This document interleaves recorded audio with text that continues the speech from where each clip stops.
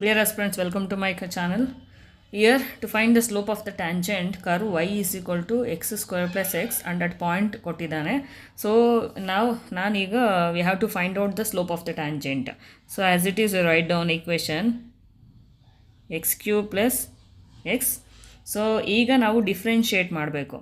So differentiate ಮಾಡಬೇಕಂದ್ರೆ dy by dx is equal to differentiation of x cube x into 3 into x square ಆಗುತ್ತೆ. So differentiation of x ಯಾವಾಗಲೂ ಒಂದಾಗಿರುತ್ತೆ.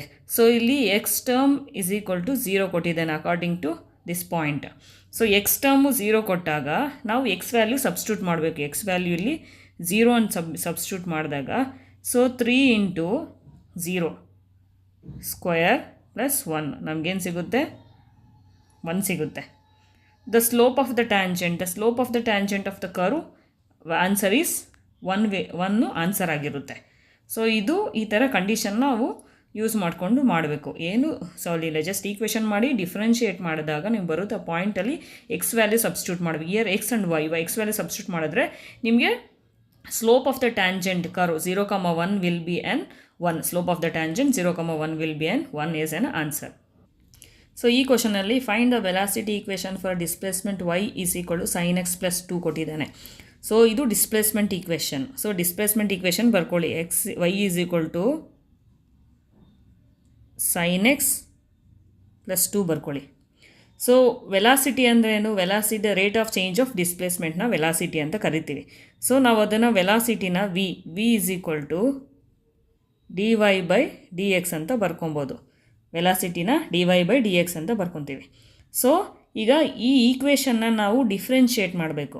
So differentiate with respect to x ಮಾಡ್ತೀವಿ. So ಇದನ್ನು differentiate ಬರ್ಕೊಳ್ಳಿ.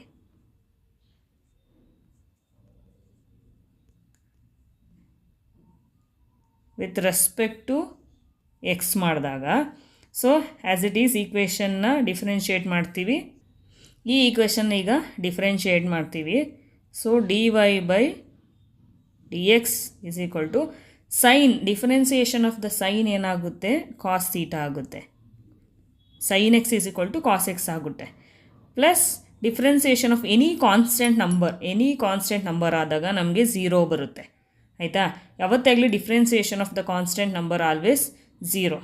So the differentiation ಆವಾಗಲೇ ನಾವು formula what is velocity ಅಂದರೆ dy by dx ಅಂತ ಅಲ್ವಾ? ಸೊ dy ಬೈ dx ನಮಗೆ ಸಿಕ್ತು. dy by dx is equal to ಇದು ಕಾಸು. ಸೊ ನಮಗೆ ವೆಲಾಸಿಟಿ ಈಕ್ವೇಷನ್ ಸಿಗುತ್ತೆ. v is equal to cos x. ಇದು ಆನ್ಸರ್ ಈ ಕ್ವಶನ್ಗೆ. ತುಂಬ ಸಿಂಪಲ್ ಆಗಿದೆಯಲ್ವಾ? ಸೊ ತುಂಬ ಈಸಿ ಇದೆ. ಸೊ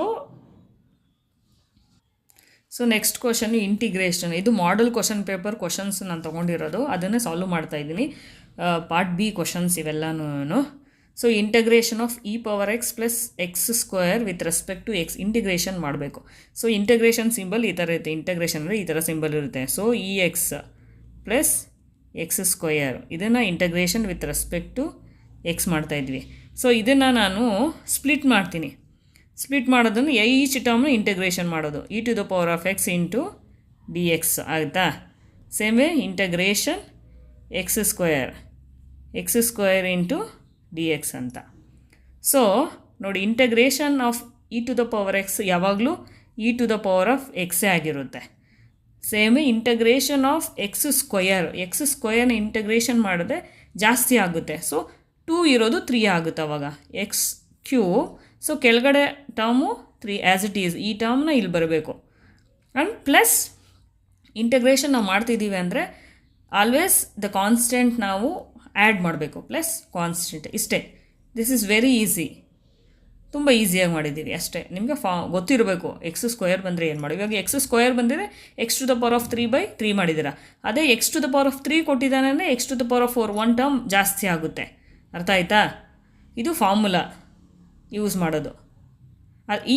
ಈ ಎಕ್ಸ್ ಸ್ಕ್ವೇರ್ ಹೆಂಗೆ ಬಂತು ಅಂತ ನಾನು ಈಗ ಎಕ್ಸ್ಪ್ಲೇನ್ ಮಾಡಿ.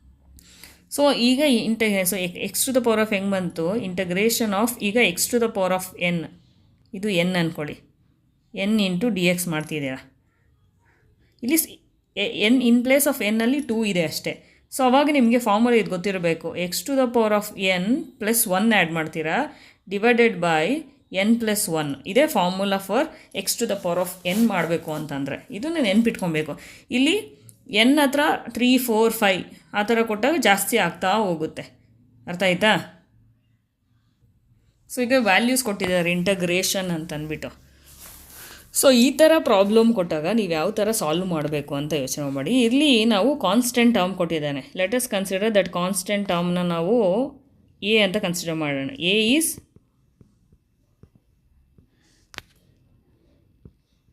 ಕಾನ್ಸ್ಟೆಂಟ್ ಅಂತ. ಅರ್ಥ ಆಯ್ತಾ? ಸೊ ಕಾನ್ಸ್ಟೆಂಟ್ ಆದಾಗ ಅದು ನಾನು ಇಂಟಗ್ರೇಷನ್ ಇನ್ ಟರ್ಮ್ಸಲ್ಲಿ ಬರಿತೀನಿ, ಎ ಇಂಟು dx ಅಂತ ಬರಿತೀನಿ. ಸೊ ಆವಾಗ ನಮಗೆ ಈ ಫಾರ್ಮುಲಾ ಯೂಸ್ ಮಾಡಿ ax ಪ್ಲಸ್ ಸಿ ಆಗುತ್ತೆ. ಯಾಕಂದರೆ ಇದು ಕಾನ್ಸ್ಟೆಂಟ್ ಅಂತ ಇರ್ತಿರ್ತೀವಿ. ಲೆಟ್ ಅಸ್ ಕನ್ಸಿಡರ್ 1 ಇಂಟಗ್ರೇಷನ್ ಮಾಡಿದಾಗ ಎಕ್ಸ್ ಬರುತ್ತೆ. ಸೊ ಇದೇ ಥರ ನಾವು ಈ ಟರ್ಮ್ನ ಬರ್ಕೊಳ್ತೀನಿ ನೋಡಿ. Integration 0 to 2 3 into dx. ಇಲ್ಲಿ a ಈಸ್ 3 ಆಗುತ್ತೆ. ಸೊ ಈ ಟರ್ಮ್ನ ನಾವು ಇಂಟಗ್ರೇಷನ್ ಮಾಡೋದು. ಈಗ 3 ಆಚೆ ತೆಗೆದುಬಿಡು. 3 ಆಚೆ ತೆಗೆದಾಗ 2 0. ಸೊ ಅವಾಗ 1 ಟರ್ಮ್ ಇರುತ್ತೆ, 1 ಇಂಟು dx ಆಗುತ್ತೆ ಆವಾಗ. ಅರ್ಥ ಆಯ್ತಾ? 1 ಇಂಟು dx ಆಗ್ತೈತೆ. ನಾವು ಅದನ್ನು ಇಂಟಗ್ರೇಷನ್ ಮಾಡಿದ್ರೆ ನಿಮ್ಗೆ ಯಾವ ಆನ್ಸರ್ ಬರುತ್ತೆ ಅಂತ ನೋಡೋಣ. ಇವಾಗ ನಾವು ಅದನ್ನು ಇಂಟಗ್ರೇಷನ್ ಮಾಡ್ತಾಯಿದ್ದೀವಿ. ಅರ್ಥ ಆಯ್ತಾ?